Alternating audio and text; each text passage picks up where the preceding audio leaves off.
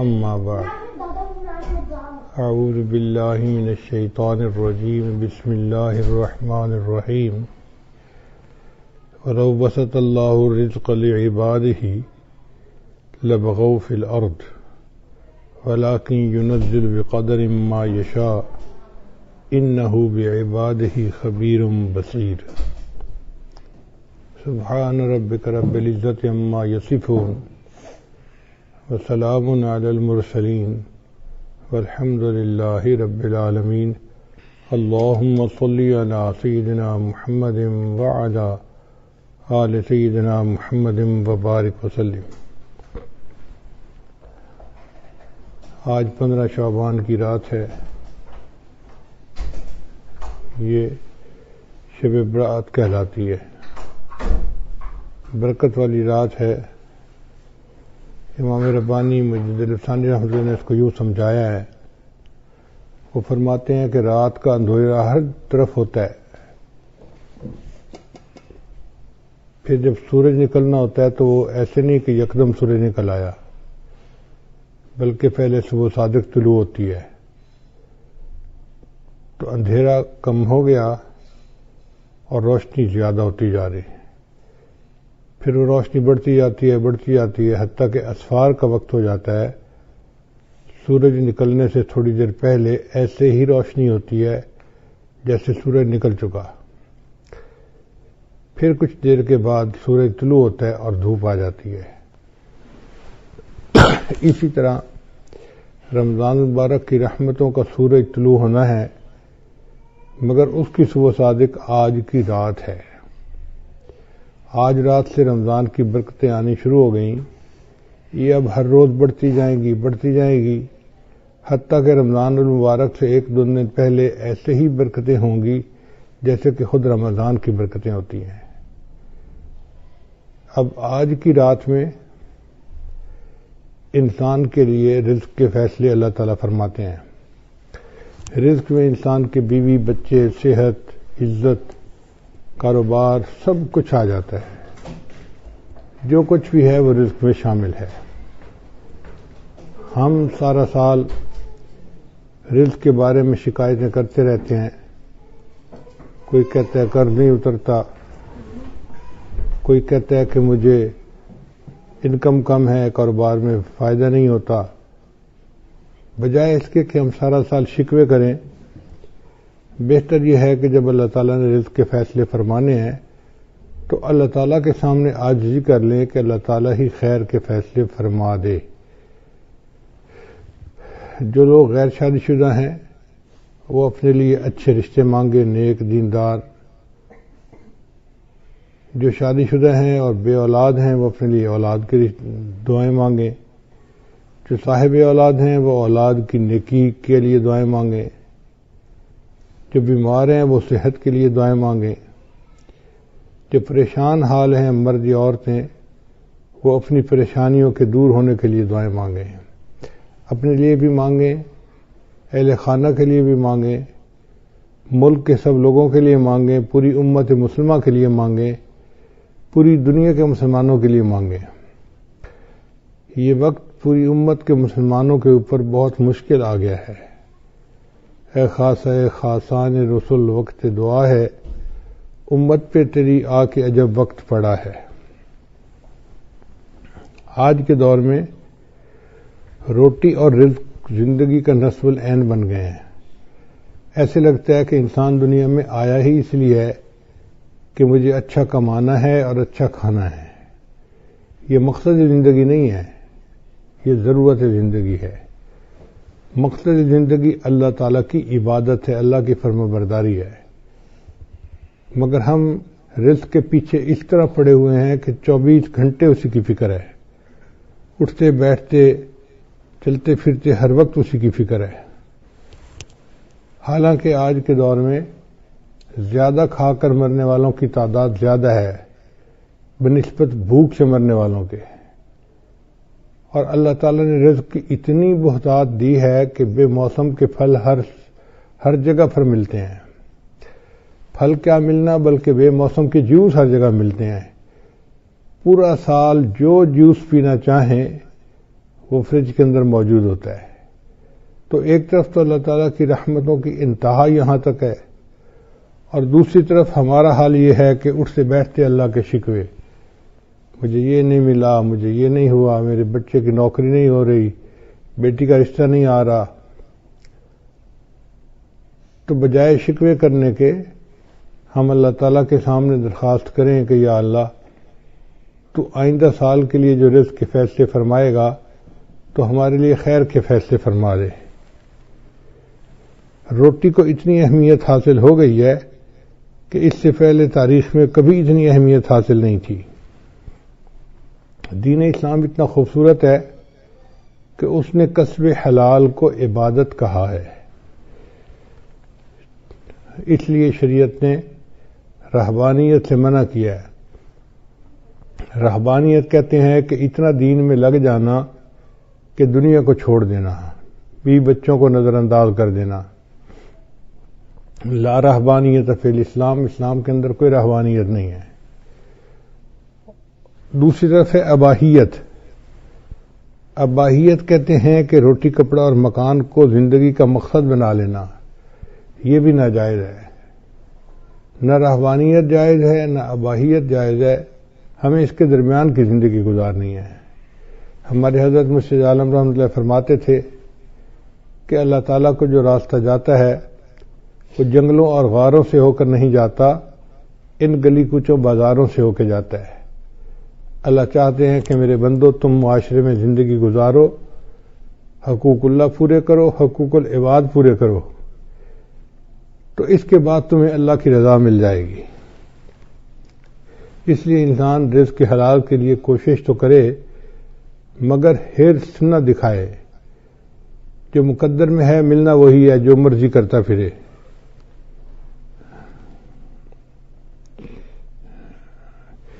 یہ جو ہمارا پیٹ کا مسئلہ ہے نا، یہ صرف موت تک کا مسئلہ نہیں، موت کے بعد کا بھی مسئلہ ہے. چنانچہ قیامت میں جب انسان کھڑا ہوگا تو اسے سخت پیاس لگی ہوگی. جن لوگوں کو جنت میں بھیجا جائے گا ان کو سخت بھوک ہوگی، مگر ان کو وہاں کھانے کے لیے زقوم دیا جائے گا اور پینے کے لیے غسلین دیا جائے گا. وہ غسلین اتنا گرم ہوگا کہ انسان کی آنتیں کٹ کر پخانے کے راستے باہر نکل جائیں گی. پھر انسان ٹھیک ہو جائے گا، پھر بھوک لگے گی، پھر پیاس لگے گی، اور یہ سائیکل سزا کا چلتا ہی رہے گا. اللہ تعالیٰ فرماتے ہیں کہ جب ان کی جسم کی جلد جل جائے گی بدلناہم جلودا غیرہا لیذوقوا العذاب، ہم ان کے جسم کی سکن کو دوبارہ ٹھیک کر دیں گے تاکہ ان کو دوبارہ عذاب مل سکے. تو یہ پیٹ کا مسئلہ کوئی ابھی کا نہیں ہے، یہ مستقل ایک مسئلہ ہے. ہم اللہ تعالیٰ سے دنیا کے رزق کی دعائیں بھی مانگیں اور نیک اعمال کی توفیق بھی مانگیں. آج کے دور میں جو بندہ مال کما لیتا ہے اسی کو لوگ اچھا سمجھتے ہیں، بھلے جھوٹ بول کے کمائے یا دھوکہ دے کے کمائے. شریعت نے کہا کہ مال تو اس نے کما لیا مگر مال کے ساتھ وبال بھی آئے گا اگر مال حرام ہوا. ہم کتنے لوگوں کو دیکھتے ہیں کہ ان کے پاس پیسہ تو بہت ہوتا ہے، کسی کی بیوی نافرمان، کسی کے بچے نافرمان، کسی کو بیماری لگ گئی، کسی کو دفتر کے مقدموں میں الجھا لیا گیا. تو ایسے مال کا کیا فائدہ کہ انسان کے لیے جینا مشکل ہو جائے. خود اپنی زبان سے کہتے ہیں کہ جی اس جینے سے تو مر جانا زیادہ بہتر ہے. تو بہتر ہے کہ انسان رزق حلال ہی کی تمنا رکھے اور سکون کی زندگی گزارے. نبی علیہ السلام نے ارشاد فرمایا زکوٰۃ دینے سے مال میں برکت آتی ہے اور سود لینے سے انسان کے مال سے برکت ختم ہو جاتی ہے.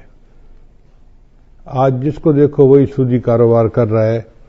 کہتے ہیں جی کہ کیا کرے، بینک کے بغیر تو کام چلتا ہی نہیں ہے. رزق اپنی رفتار میں موت سے زیادہ تیز ہے. انسان کو رزق پہلے پہنچتا ہے، موت کا فرشتہ بعد میں آتا ہے.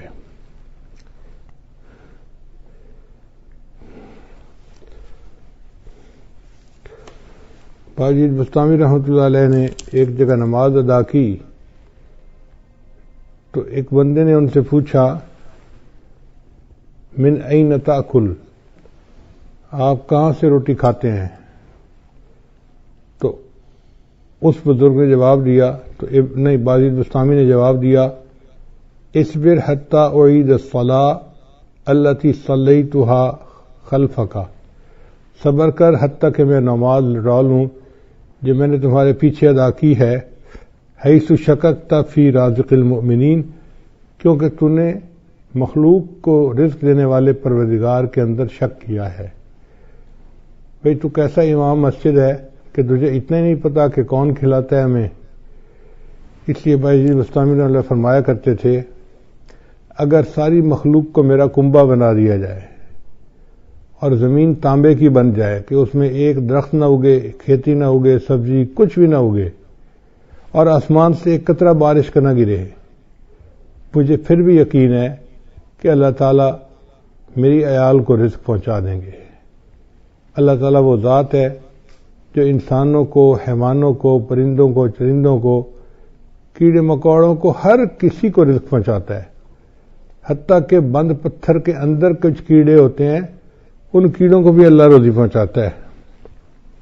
تو نے پتھر میں کیڑے کو پالا، خشک مٹی سے سبزہ نکالا، تو نے پتھر میں کیڑے کو پالا، خشک مٹی سے سبزہ نکالا، یہ تیرا ہے جہاں یہ زمین آسماں اے خدایا، کس نے تیری حقیقت کو پایا۔ ہمارے اکابرین نے لکھا ہے کہ رزق کے کھلنے کے 16 دروازے ہیں، 16 کنجیاں ہیں جن سے رزق کے دروازے کھلتے ہیں۔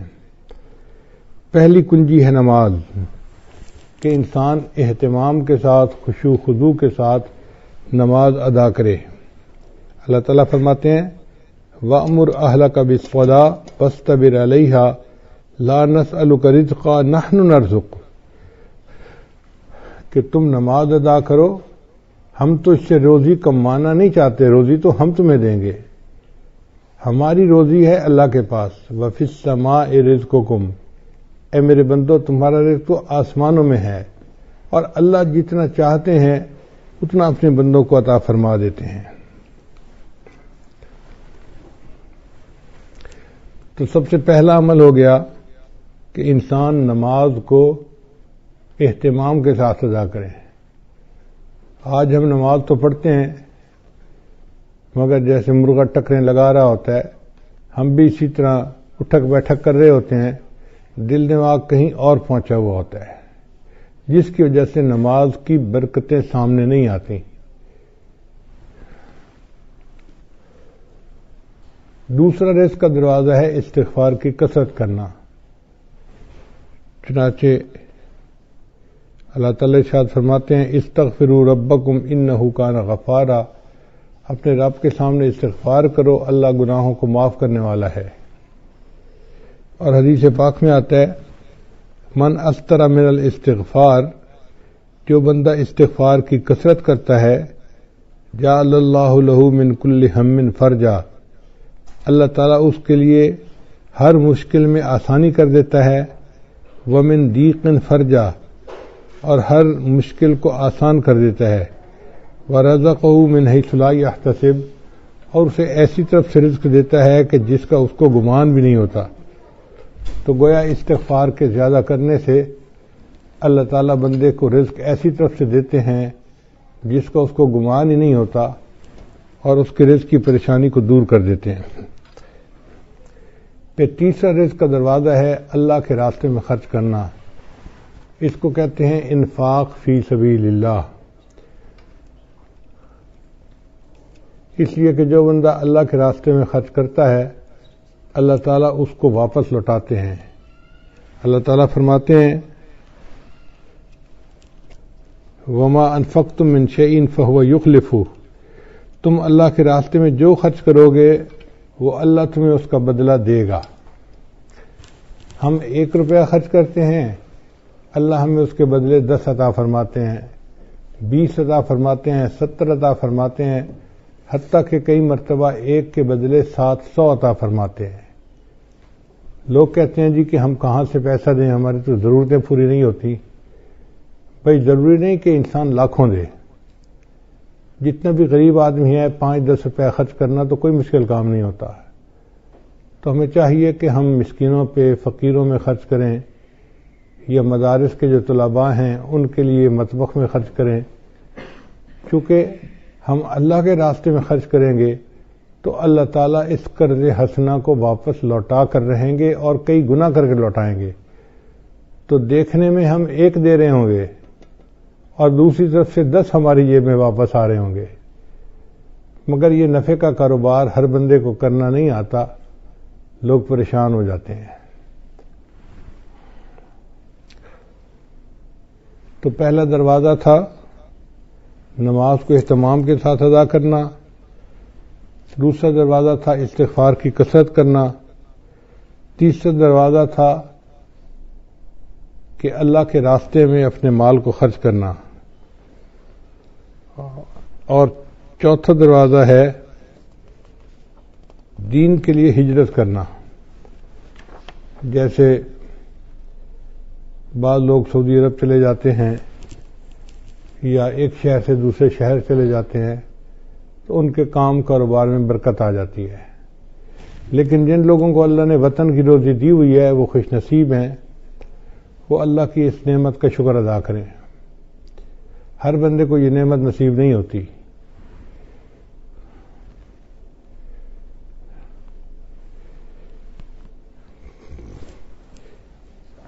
پھر چوتھا عمل ہے تقوی اختیار کرنا۔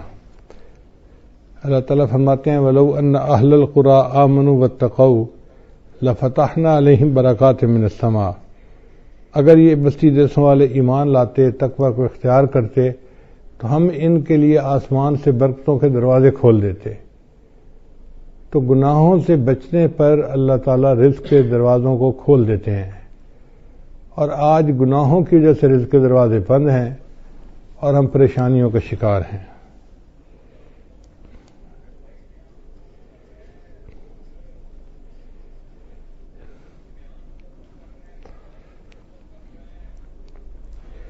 پھر پانچواں عمل جو رزق کے دروازے کھولتا ہے وہ ہے عبادت کی کثرت کرنا۔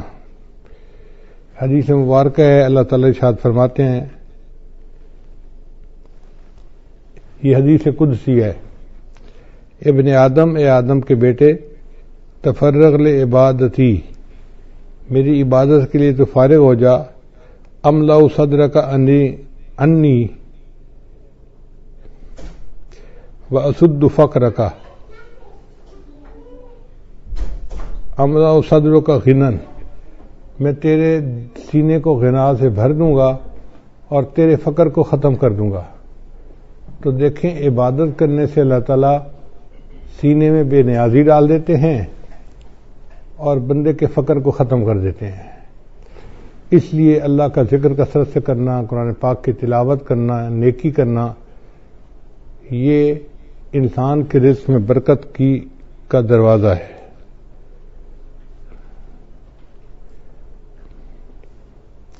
اور اگر تو ایسا نہیں کرے گا تو تیرے ہاتھ کاموں میں الجھا دوں گا اور لوگوں کی طرف تیری محتاجی کو ختم نہیں کروں گا۔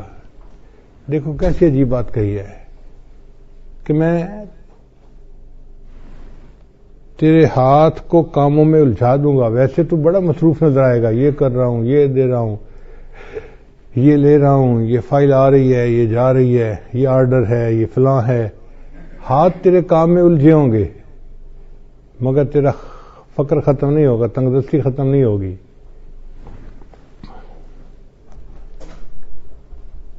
اور چھٹا عمل جس سے رزق کے دروازے کھلتے ہیں وہ ہے حج اور عمرے کی کثرت کرنا۔ اگر اللہ تعالیٰ توفیق دے تو بندے کو چاہیے کہ کثرت سے عمرہ کرے اور بار بار حج کرے۔ دیکھنے میں تو حج اور عمرے پہ انسان پیسہ خرچ کر رہا ہوتا ہے، لیکن حقیقت میں وہی پیسہ اس کے لیے باعث برکت بن کے اس کو واپس اللہ لوٹا رہے ہوتے ہیں۔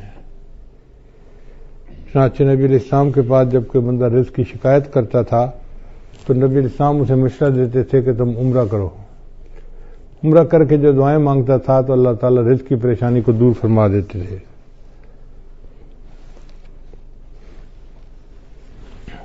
7واں عمل جس سے رزق کے دروازے کھلتے ہیں اس کو کہتے ہیں صلہ رحمی۔ صلہ رحمی کا مطلب یہ ہے کہ جن کے ساتھ خونی رشتے ہوتے ہیں ان کے ساتھ محبت کا تعلق رکھنا، ان کے ساتھ پیار محبت کا ریلیشن رکھنا اور غم خوشی میں ان کے ساتھ رہنا، اس کو صلہ رحمی کہتے ہیں۔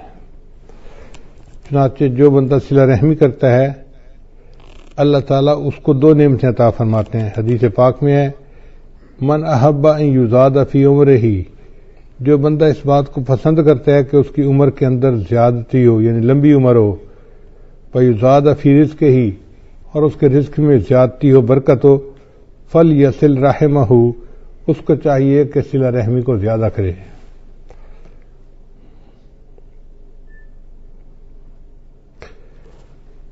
پھر 8واں دروازہ ہے رزق کے کھلنے کا کمزوروں سے حسن سلوک، کہ جو لوگ کمزور ہوتے ہیں، بیمار ہوتے ہیں، بوڑھے ہوتے ہیں، ان کے ساتھ حسن سلوک کرنا۔ حدیث مبارکہ میں آتا ہے کہ تمہیں اپنے کمزور اور ضعیف لوگوں کی وجہ سے نصرت ملتی ہے۔ اللہ تعالیٰ قرآن مجید میں فرماتے ہیں وَلَوْ يُؤَاخِذُ اللَّهُ النَّاسَ بِمَا كَسَبُوا، اگر اللہ تعالیٰ پکڑ لیتا انسانوں کو جو عمل وہ کرتے ہیں، مَا تَرَكَ عَلَى ظَهْرِهَا مِن دَابَّةٍ، تو زمین کی سطح کے اوپر کوئی ایک بھی جاندار باقی نہ بچتا۔ اگر اللہ پکڑنے پہ آتا نا جو تم اعمال کرتے ہو تو کوئی انسان نہ بچتا، کوئی جانور نہ بچتا، زمین کے اوپر کچھ بچتا ہی نہ۔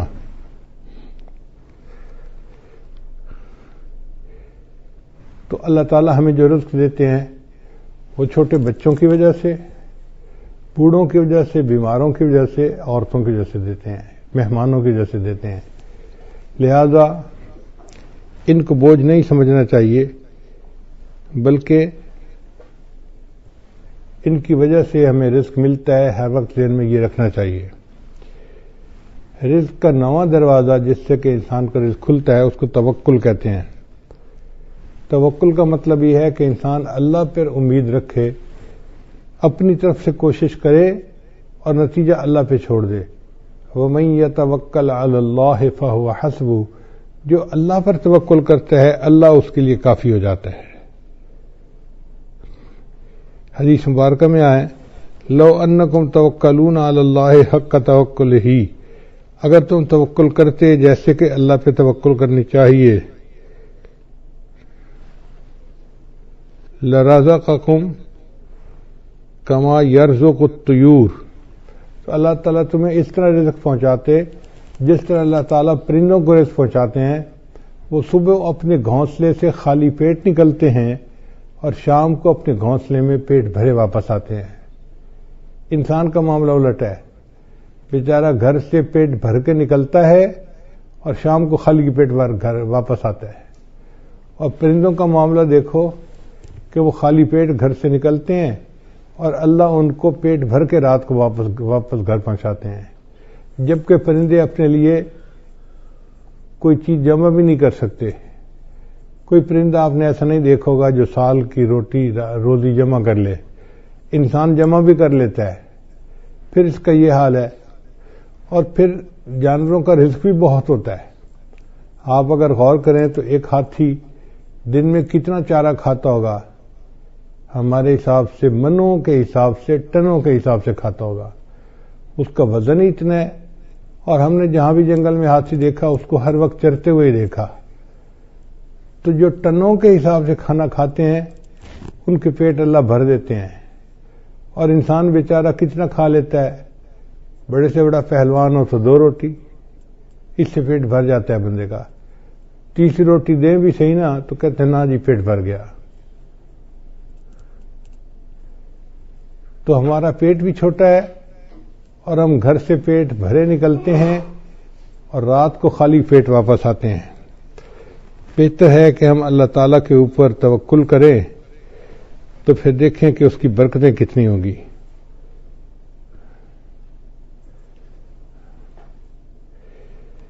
پھر 10واں دروازہ ہے انسان نعمتوں کا شکر ادا کرے. اللہ تعالیٰ فرماتے ہیں لئن شکرتم لازیدنکم، اگر تم شکر ادا کرو گے ہم اپنی نعمتیں تم پر اور زیادہ کریں گے. آپ دیکھیں ہمارے اوپر اللہ کی کتنی نعمتیں ہیں، ہم تو شکر بھی ادا نہیں کر سکتے. الحمدللہ ثم الحمدللہ کہ گھروں میں کھانا کھانے بیٹھتے ہیں تو 1 سالن 2 سالن تو معمول کی بات ہے. کبھی گوشت پکا ہوتا ہے، کبھی دال پکی ہوتی ہے، کبھی روٹی بنی ہوتی ہے، کبھی چاول بنے ہوتے ہیں. اب 2 قسم کے کھانے پڑے ہوتے ہیں، حالانکہ کھانا تو ایک بھی مل جاتا تو بہت تھا، مگر یہ اللہ کی نعمت ہے نا کہ اللہ کئی قسم کے کھانے دیتے ہیں. اور پھر یہ نہیں کہ کھانے ہی ہمیں ملتے ہیں، کھانے کے علاوہ وافر کھانے ہوتے ہیں. چنانچہ میں نے دیکھا ہے کہ ہمارے پاس کئی دفعہ 8-10 مہمان آ جاتے ہیں نا، تو مجھے صرف اندر پیغام بھیجنا پڑتا ہے جی کہ مہمان ہیں، کوئی کھانے کے لیے تردد نہیں کرنا پڑتا. اللہ کے فضل سے اتنا کھانا ہوتا ہے گھر والوں کا بچا ہوا کہ 8-10 آدمیوں کا کھانا تو اسی میں ہی نکل آتا ہے.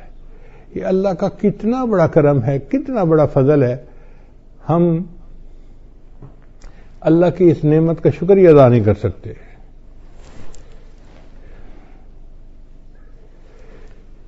ابن عطا اسکندری رحمۃ اللہ فرمایا کرتے تھے ملم یشکر النعمہ فقد تعرض لزوالها، کہ جس نے نعمت کا شکر ادا نہیں کیا اس نے نعمت کو زوال کے لیے پیش کر دیا کہ اللہ مجھے یہ نعمت نہیں چاہیے.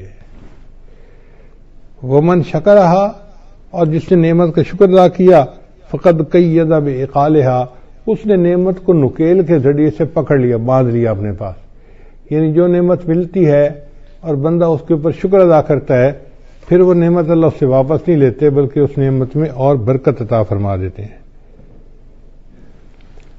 پھر 11واں دروازہ کہ جب بھی مرد اپنے گھر میں داخل ہو مسکراتے چہرے کے ساتھ داخل ہو اور اہل خانہ کو سلام کرے.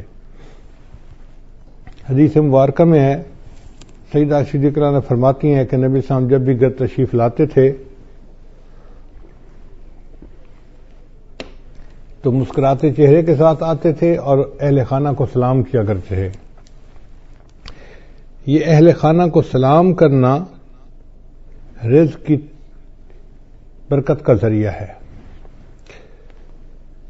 چنانچہ حدیث پاک میں ہے ثلاثۃ کلہم ضامن اللہ، 3 بندے ہیں جن کا اللہ کے اوپر ضمانت ہے، یعنی اللہ ان کو رزق پہنچاتا ہے.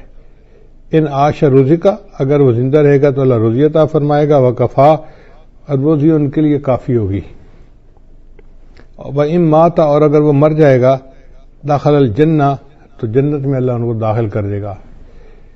یہ کون 3 بندے ہیں؟ ان میں سے ایک بندہ ہے رجل، وہ بندہ داخل بیتہ، جو اپنے گھر کے اندر داخل ہو بسلام، اور گھر والوں کو سلام کرے، وَهُوَ ضامن اللہ، وہ اللہ کے ضمانت میں آ جاتا ہے.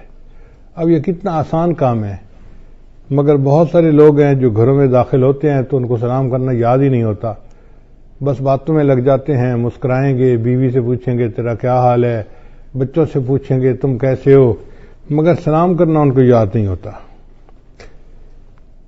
پھر 12واں عمل والدین کی فرمانبرداری. چنانچہ ہمارے بزرگوں نے لکھا ہے کہ 5 چیزوں سے رزق میں برکت ہوتی ہے. ایک، جو بندہ صدقہ فرمادامت کرے، دوسرا صلہ رحمی کرے، تیسرا جہاد کرے، چوتھا ہمیشہ باوضو رکھے، اور 5واں والدین کی فرما برداری کرے. والدین کے فرما بردار کو اللہ تعالیٰ رزق کی پریشانی میں نہیں ڈالتے، اس لیے ان کی خدمت کر کے ان کی دعائیں لینی چاہیے تاکہ اللہ تعالیٰ کی طرف سے برکتیں اور رحمتیں شامل حال ہو جائیں. 13واں دروازہ رزق کا ہے دوام طہارہ، یعنی مستقل وضو کی زندگی گزارنا. اگر انسان عادت بنا لے تو وہ باوضو ہر وقت رہ سکتا ہے. جیسے ہمیں ہر وقت بے وضو رہنے کی عادت ہے، اس کو بدل لیں تو ہر وقت باوضو رہنے کی عادت ہو جائے گی. جب وضو ٹوٹے دوبارہ پھر وضو کر لیں. ہمارے اسی شہر میں ایک جگہ ایک گھرانہ ہے جو امام ربانی مجدد ثانی رحمۃ اللہ کے اولاد میں سے ہیں. تو بہت سال پہلے کی بات ہے، کوئی 30 سال پہلے کی بات ہے، مجھے خیال آیا کہ جا کے ان سے صرف اللہ کے لیے ملاقات کروں. تو میں ان کے ہاں گیا، ملاقات ہوئی.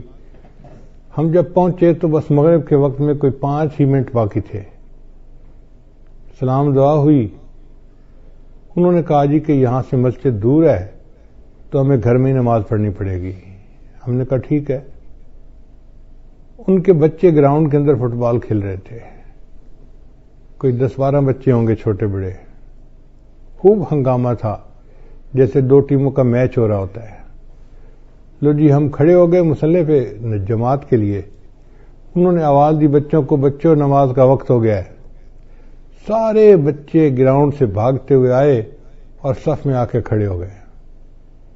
اب جب ہم نے نماز ادا کی تو مجھے بڑی حیرت ہوئی کہ کیا سب بچوں کا وضو تھا یا کچھ بچوں نے بے وضوئی نماز پڑھ لی. تو میں نے ان سے سوال پوچھا کہ جی بچے کسی کو وضو تو نہیں کرتے میں نے دیکھا. تو وہ مسکرائے اور کہنے لگے کہ جی ہمارے خاندان میں بچوں کو یہ تربیت دی جاتی ہے کہ تم نے پوری زندگی باوضو گزارنی ہے. ہمارے گھر کے چھوٹے بڑے جس بندے کو آپ دیکھیں گے، جب بھی دیکھیں گے ہمیشہ باوضو دیکھیں گے. اگر وضو ٹوٹے گا تو دوبارہ اسی وقت وہ پھر وضو کر لیں گے. تو اگر ایسے خاندان آج بھی دنیا میں موجود ہیں کہ جن کے گھر کا ہر چھوٹا بڑا بندہ، مرد عورت ہر وقت باوضو رہتے ہیں، تو پھر اللہ ان کی رزق میں بھی برکت عطا فرما دیتے ہیں. پھر 12واں عمل ہے، 14واں عمل ہے چاشت کی نماز پڑھنا. چاشت کی نماز ہوتی ہے دن کے 10 بجے 11 بجے جب ذرا سورج طلوع ہو جاتا ہے اور پاؤں جلنے لگ جاتے ہیں گرمیوں میں، تو اس کو صلاۃ الضحیٰ کہتے ہیں، چاشت کی نماز کہتے ہیں. یہ وہ ٹائم ہوتا ہے جب اکثر مرد اپنے دفتروں میں چلے جاتے ہیں یا کھیتوں میں چلے جاتے ہیں یا اپنے کاروباروں میں چلے جاتے ہیں. اس وقت جو عورتیں اپنے خامدوں کو کاروبار پہ بھیج کے پیچھے مصلی پہ بیٹھتی ہیں اور نفل پڑھتی ہیں، اس میں اللہ نے رزق کی برکت رکھی ہے. اب کتنی عورتیں ہیں جو رزق میں کمی کے شکوے تو کرتی ہیں لیکن وہ چاشت کی نماز نہیں پڑھتی کہ محنت کرنے کے لیے تو میرا خامد نکل گیا، پسینہ تو وہ بہائے گا. اب اللہ کرے کہ اس کے رزق میں برکت ہو جائے اور ہمیں اللہ تعالیٰ رزق میں آسانی فرما دے. تو یہ نماز پابندی کے ساتھ پڑھنے کی ضرورت ہے. ہمارے بزرگوں نے لکھا ہے کہ جو بندہ چاشت کے وقت نماز نہ پڑھ سکتا ہو دفتر کی وجہ سے یا کاروبار کی وجہ سے یا دکان کی وجہ سے، اس کو چاہیے کہ سورج نکلنے کے چند منٹ بعد جو اشراق کی نماز پڑھتے ہیں تو 2 رکعت اشراق کی نیت سے پڑھ لے اور 2 رکعت چاشت کی نیت سے اسی وقت پڑھ لے تو اس کی چاشت کی نماز ہو جائے گی.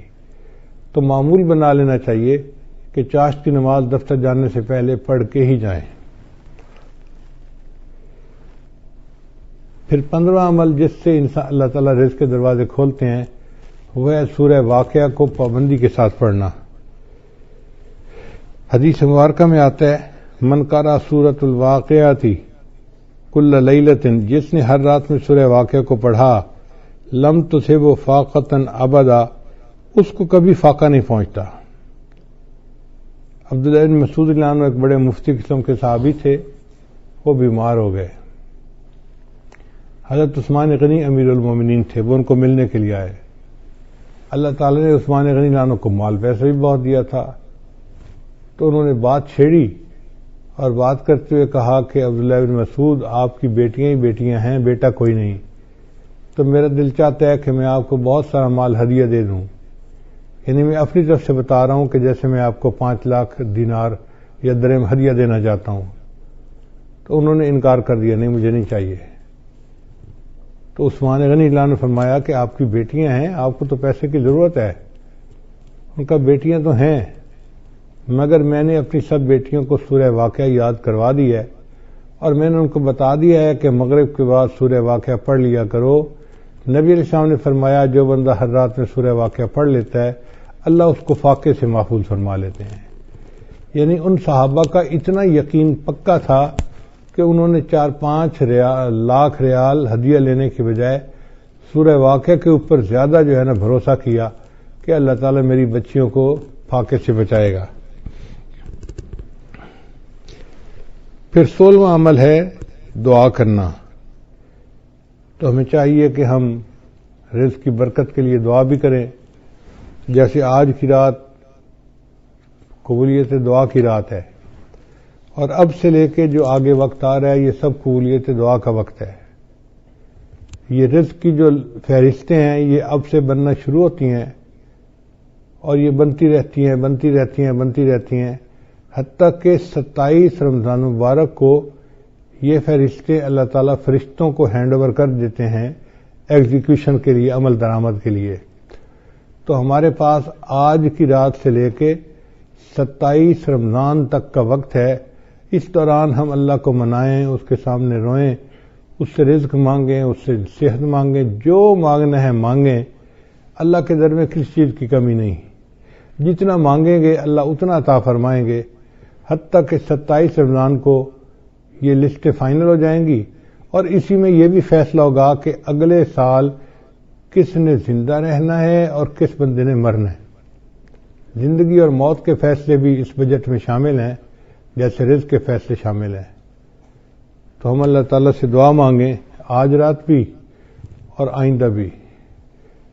کرونا بیماری کی وجہ سے، حالات کی وجہ سے مسجدوں میں تو اجتماع اس وقت نہیں کر سکتے، لیکن گھر میں بیٹھ کے عبادت تو کر سکتے ہیں، اس میں تو کوئی رکاوٹ نہیں۔ ہم ابھی سے رمضان کی تیاری کریں اور ذہنی طور پہ ہم عبادت کرنے کے لیے تیار ہو جائیں اور اللہ کو منانے کے لیے تیار ہو جائیں، خوب دعائیں مانگیں۔ اگر باجماعت تراویح مسجد میں نہیں پڑھ سکتے تو گھر میں تو پڑھ سکتے ہیں نا۔ مسجدوں کی عمارتیں بند ہوئی ہیں، اعمال بند نہیں ہوئے۔ اعمال تو ہم کر سکتے ہیں، تو ہم تلاوت کریں، نمازیں پڑھیں، گھر کے اندر مجالس کریں اور اللہ تعالیٰ سے دعائیں کریں خوب ڈٹ کے۔ جتنا مانگیں گے اتنا ہی اللہ تعالیٰ ہمیں عطا فرما دیں گے۔ تو یہ 16 دروازے ہیں رزق کے کھلنے کے۔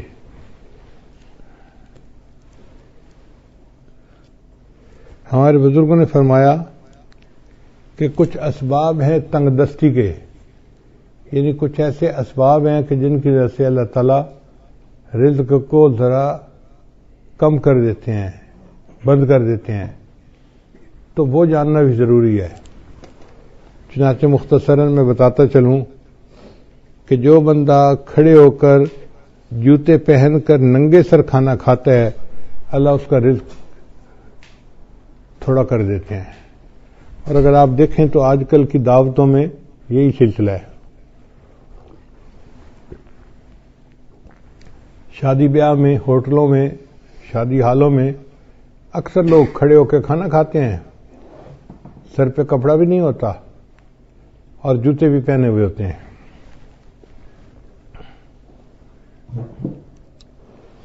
پھر رزق میں تنگی تو ہونی ہوتی ہے۔ پھر دوسرا، مہمان کو بوجھ سمجھنا۔ جو لوگ مہمان کے آنے کو بوجھ سمجھیں اور اس فکر میں لگ جائیں کہ جی آ گیا ہے تو کہاں سے اس کو کھلائیں گے اور کتنا اس کو کھلائیں گے اور کتنے دن رہے گا، مہمان بعد میں آتا ہے، اللہ مہمان کا رزق پہلے بھیجتے ہیں۔ تو الحمدللہ ثم الحمدللہ اللہ تعالیٰ خیر فرما دیتے ہیں۔ بلکہ میں تو یہ سمجھتا ہوں کہ ہمیں اللہ مہمانوں کی برکت سے روزی دیتے ہیں۔ ایک دن میں کھانا کھا رہا تھا تو میری بہو کہنے لگی کہ ابو جی ایک بندہ ہے انڈیا کا، بڑا مالدار ہے، اس نے پورا سال ہر روز بندے کو ہر روز 1000 بندوں کو کھانا کھلایا۔ اب وہ بڑی حیران تھی کہ 1000 بندوں کو کھانا ہر روز وہ کھلاتا تھا۔ جب اس نے بات کر لی تو میں نے کہا کہ بیٹا وہ تو امیر آدمی ہے، وہ تو 1000 بندوں کو دن میں ایک دفعہ کھانا پورا سال کھلاتا ہے۔ ہم فقیر لوگ ہیں اور ہم الحمدللہ 1000 طلباء کو دن میں 3 مرتبہ کھانا کھلاتے ہیں۔ صبح ناشتہ بھی ہوتا ہے، دوپہر کا کھانا بھی ہوتا ہے، رات کا کھانا بھی ہوتا ہے، اور پورا سال اللہ روزی پہنچا دیتے ہیں۔ تو حیران ہوئی، کہنے لگی ہاں بات تو ٹھیک ہے۔ میری وائف پاس بیٹھی ہوئی تھی تو وہ کہنے لگی کہ میں ایک بات بتاؤں۔ میں نے کہا کیا؟ کہنے لگی کہ ہماری شادی کو 30-35 سال ہو گئے ہیں اور اس 30-35 سال میں ایک دن بھی ایسا نہیں گزرا کہ ہمارے گھر میں مہمان کا کھانا نہ بنا ہو۔ میں نے اللہ کا شکر ادا کیا کہ یا اللہ تیرا کرم اور تیرا احسان ہے کہ الحمدللہ 35 سال میں ہر روز مہمان کا کھانا گھر میں بن رہا ہے، ایک دن بھی ایسا نہیں کہ مہمان گھر میں نہ ہو۔ تو میں تو یہ سمجھتا ہوں کہ اللہ ہمیں رزق جو دیتے ہیں وہ مہمانوں کی وجہ سے دیتے ہیں، تو مہمان نوازی سے کبھی پریشان نہیں ہونا چاہیے۔ پھر تیسرا سبب ہے بغیر بسم اللہ پڑھے کھانا کھا لینا، ہاتھ دھوئے بغیر کھانا کھا لینا، یہ بھی بیماری عام ہے۔ دسترخوان لگے ہوتے ہیں، نہ ہاتھ دھوئے جاتے ہیں، نہ بسم اللہ پڑھی جاتی ہے، نہ کھانے کی دعا پڑھی جاتی ہے، جس وجہ سے پھر تنگ دستی آ جاتی ہے اور رزق کے دروازے بند ہو جاتے ہیں۔ پھر کھانے کے برتن کو صاف نہ کرنا، یہ بیماری بھی عام ہے۔ ہم لوگ کھانا کھاتے ہیں اور کچھ تھوڑا سا کھانا آخر پہ بچا دیتے ہیں، حالانکہ اسی کھانے میں برکت ہوتی ہے۔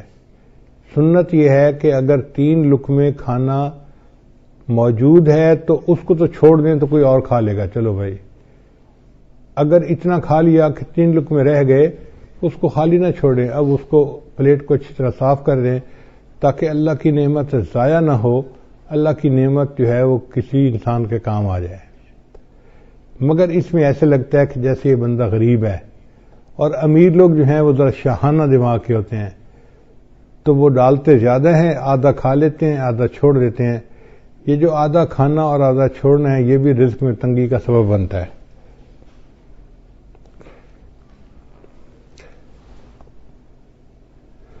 اور ایک اور بات کہ بیت الخلاء میں باتیں کرنا،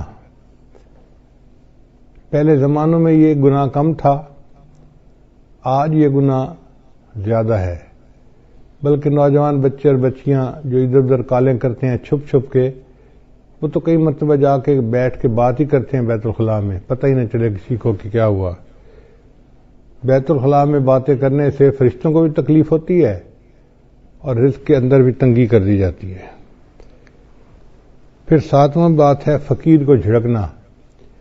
اگر کوئی مانگنے والا آئے تو بندہ فقیر کو جھڑکی نہ دے، چلے جاؤ بھائی یہاں سے، کہا نہیں آپ کو چلے جاؤ، سن نہیں رہے، جاتے کیوں نہیں، ایسے جھڑکی نہیں دینی چاہیے، بلکہ اگر کچھ ہے تو دے دے، اور اگر نہیں تو کہہ دے جی آپ آگے چلے جائیں۔ ہم ایک مرتبہ حرم شریف میں بیٹھے ہوئے تھے تو ایک UK کا بندہ حضرت کے پاس آیا مطاف کے اندر، کہنے لگا حضرت میں حج کے لیے آیا ہوں، لیکن یہاں مطاف میں تو مانگنے والے بہت ہیں، ہر تھوڑی دیر کے بعد کوئی فقیر آ جاتا ہے مانگنے والا، اب سمجھ نہیں آتی کہ ہم کس کو دیں اور کس کو نہ دیں۔ اگر ہم ہر کسی کو دے دیں تو ان کی تو عادت بگڑ جائے گی، تو دل چاہتا ہے کہ ان کو نہ دیں، اور اگر ہم نہ دیں تو پھر کون دے گا، تو دل چاہتا ہے دے بھی صحیح، تو اب فیصلہ کرنا مشکل ہوتا ہے۔ تو اب بتائیں کہ ہم کس کو دیں، ہمیں کیسے پتہ چلے کہ کون مستحق ہے اور کون مستحق نہیں ہے؟ حضرت نے اس کی ساری بات کو سنا اور پھر فرمایا کہ اچھا یہ بتاؤ کہ اللہ نے جو تمہیں دیا ہے تم اس کے مستحق ہو؟ اس نے کہا نہیں۔ تو حضرت نے فرمایا جب تم اس کے مستحق نہیں اور اللہ نے پھر بھی تمہیں دے دیا ہے، تم بھی اللہ کے خلق کو اپناؤ، دے دو، مستحق ہے یا نہیں یہ تمہارا مسئلہ نہیں، یہ اللہ کا مسئلہ ہے۔ تو بندہ چپ تو ہو گیا، مگر اس کے دل میں سوال تو بہرحال تھا، تو حضرت نے بھانپ لیا کہ اس کے دل میں سوال ابھی باقی ہے، تو پھر حضرت نے اس کو بات پیار سے سمجھائی۔ حضرت نے فرمایا کہ دیکھو وہ بندہ تمہارے پاس مانگنے آیا ہے، مان لیا کہ وہ صاحب حیثیت ہے اور عادتاً مانگ رہا ہے، تم اسے اس لیے دے دو کہ اللہ کا شکر ادا کرو کہ اللہ تو نے مجھے دینے والوں میں سے بنایا، لینے والوں میں سے نہیں بنایا۔ یہ بھی تو ہو سکتا تھا اللہ تجھے اس کے حال میں ڈال دیتا اور تو لوگوں سے مانگتا پھرتا۔ تو اللہ تعالیٰ کی اس نعمت کا شکر ادا کرتے ہوئے دے دیا کرو کہ اللہ تو نے مجھے لینے والا نہیں، تو نے مجھے دینے والا بنایا ہے، میں تیرے نام پہ دے رہا ہوں۔ اس پہ اس کے دل کے اندر تسلی ہو گئی اور اس نے حضرت کے ماتھے کا بوسہ لیا اور خوش ہو کے واپس چلا گیا۔ تو اس لیے اگر کوئی فقیر آئے تو اس کو جتنا دے سکتے ہیں دیں، اور اگر نہیں دے سکتے تو پیار سے کہیں جی آپ آگے چلے جائیں، اس کو جھڑکی نہ دیں، اس کو ڈانٹ ڈپٹ نہ کریں۔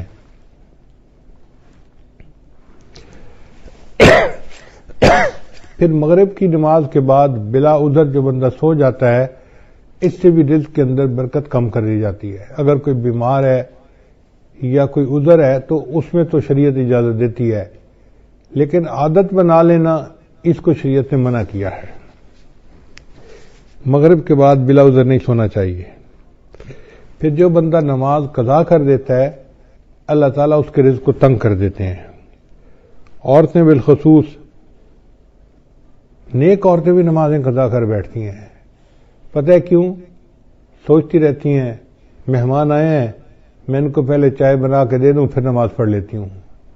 اب وہ چائے بنا کے دینے میں اتنا کام لمبا ہو جاتا ہے کہ نماز کا ٹائم نکل جاتا ہے، ان کو یاد ہی نہیں ہوتا۔ یاد اس وقت آتا ہے جب اگلی نماز کا وقت شروع ہو چکا ہوتا ہے۔ یا یہ سوچتی رہتی ہیں کہ میں بچے کو نہلا لوں، بچے کھانا کھلا لوں، بچے کو فتح کر لوں، بچے کو نہلا لوں اور پھر نماز پڑھوں گی۔ یہ جو پھر کا مسئلہ ہے نا، نماز قضا کرنے کی بنیاد یہی ہے۔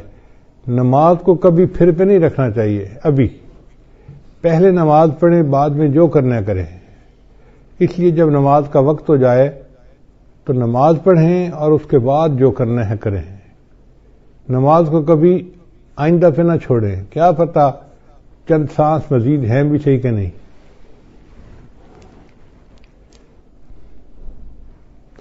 ہمیں ایک مرتبہ اس کا بہت عجیب تجربہ ہوا۔ ہم پشاور ایک اجتماع سے واپس آ رہے تھے تو لاکھوں لوگ تھے اس اجتماع میں۔ راستے میں ایک چھوٹی سی مسجد میں ہم رکے، ہم نے سوچا کہ ہم یہاں پر عصر کی نماز ادا کر لیتے ہیں۔ تو جب میں مصلی کے اوپر کھڑا ہوا امامت کے لیے تو ایک اور گاڑی آ کے رکی جس میں 4 بندے تھے۔ ان 4 میں سے 2 بندے مسجد کے اندر داخل ہوئے اور دوسرے 2 ان کے پیچھے تھے۔ تو پیچھے والوں نے ان کو کہا یار یہاں تو پہلے ہی نمازی کافی ہیں، چلو ہم عصر کی نماز آگے پڑھ لیں گے۔ تو جو اندر آئے ہوئے لوگ تھے نا وہ بھی باہر نکل گئے اور گاڑی میں بیٹھ گئے اور گاڑی چلی گئی۔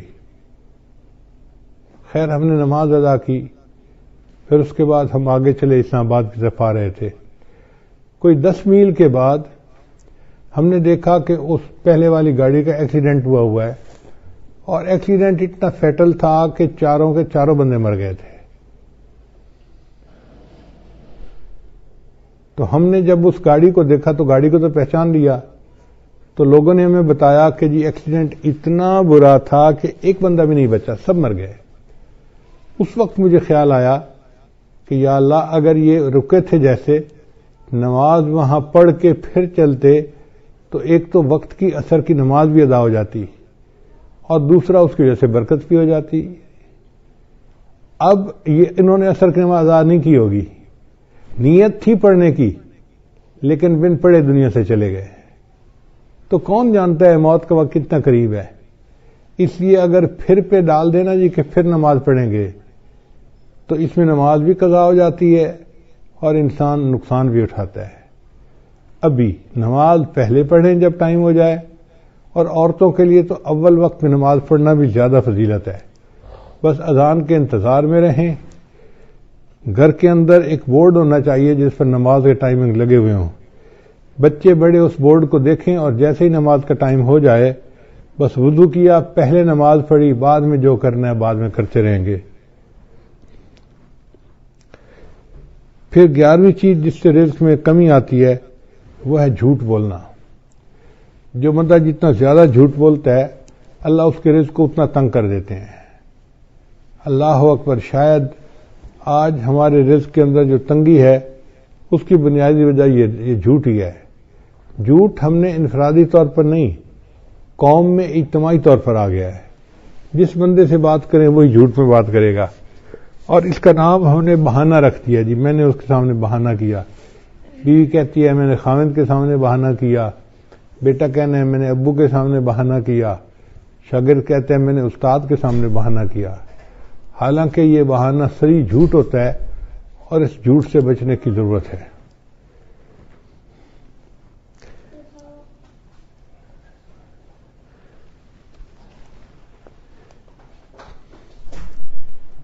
بارہواں عمل ہے موسیقی کا سننا.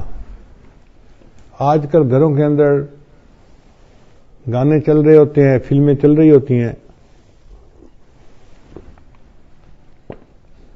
عورتیں موسیقی کی آواز پہ کام کر رہی ہوتی ہیں کچن میں، گھر میں، اور کہتی ہیں الٹا کہ جی موسیقی تو روح کی غذا ہے، اور اس بات کو بھول جاتی ہیں کہ جس گھر میں موسیقی چلتی ہے اللہ ان کی رزق میں تنگی کر دیتے ہیں.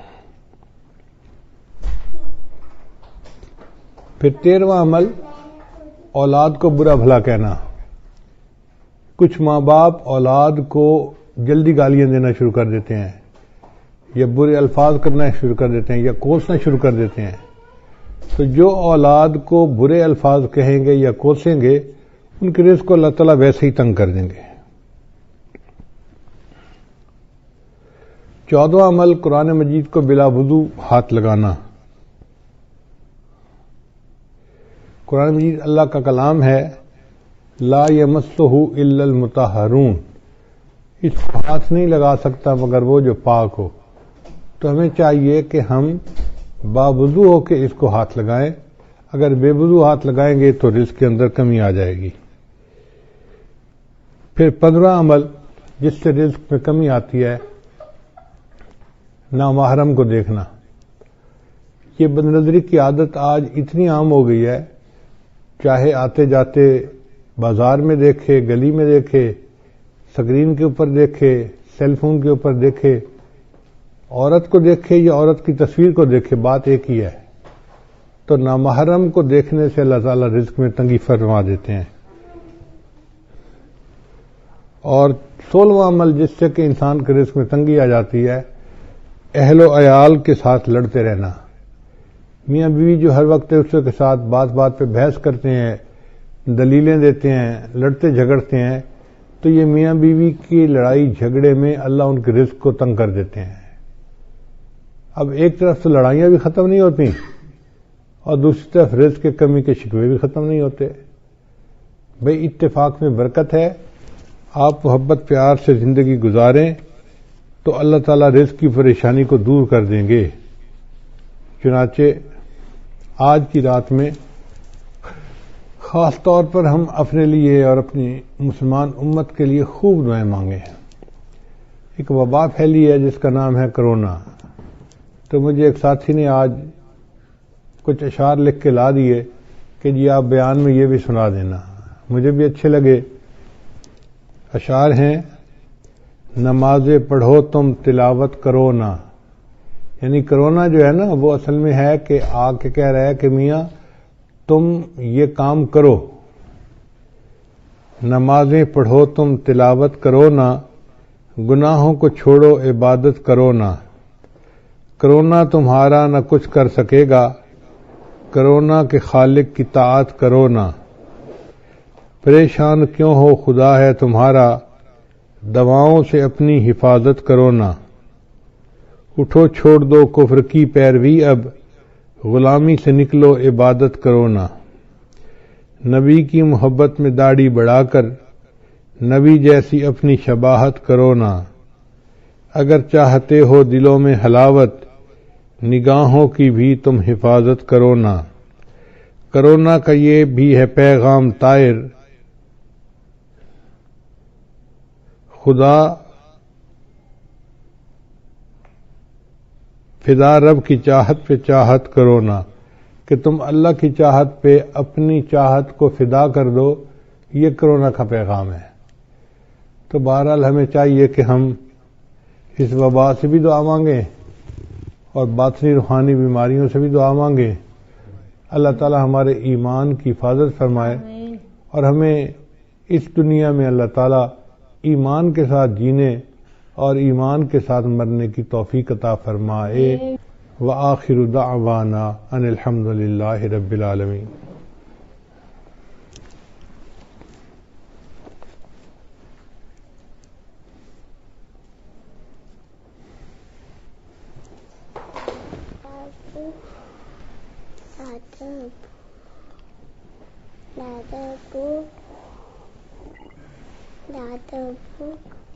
جی پی لو پانی پی لو۔ بیٹھ کے کلمات پڑھائے جائیں گے، سچے دل کے ساتھ یہ کلمات پیچھے پیچھے پڑھتے جائیے۔ پڑھیے بسم اللہ الرحمن الرحیم۔ لا الہ الا اللہ محمد الرسول اللہ۔ آمنت باللہ وملائکتہ وکتبہ ورسلہ والیوم الآخر والقدر خیرہ وشرہ من اللہ تعالی والبعث بعد الموت۔ آمنت باللہ کما ہوا باسمائہ وصفاتہ وقبلت جمیع احکامہ اقرار باللسان وتصدیق بالقلب۔ اشہد ان لا الہ الا اللہ واشہد ان محمدا عبدہ ورسولہ۔ استغفر اللہ ربی من کل ذنب واتوب الیہ برحمتک یا ارحم الراحمین۔ ان کلمات کو پڑھنے سے ہم تو بتائے ہو چکے ہیں، چند معمولات ہیں جن کو باقاعدگی سے کریں گے تو اللہ تعالیٰ دل کو منور کریں گے۔ پہلا عمل ہے 100 مرتبہ استغفار صبح شام پڑھنا، دوسرا عمل ہے 100 مرتبہ درود شریف صبح شام پڑھنا، تیسرا عمل ہے قرآن مجید کی تلاوت روزانہ کرنا، چوتھا عمل ہے چلتے پھرتے ہر وقت دل میں اللہ کو یاد کرنا، اور پانچواں عمل ہے 10-15 منٹ صبح 10-15 منٹ شام مراقبہ کرنا۔ انشاءاللہ مراقبہ کریں گے تو اس سے دل میں اللہ کی محبت بڑھے گی اور ہمارے اعمال کے اندر جان پیدا ہو جائے گی۔ ابھی ہم دعا سے پہلے تھوڑی دیر کے لیے مراقبہ کر لیتے ہیں۔ آنکھوں کو بند کر لیجئے، سر کو جھکا لیجئے، دنیا اور جو کچھ دنیا میں ہے اس سے ہٹ کٹ کے اللہ کی یاد میں ڈوب جائیے۔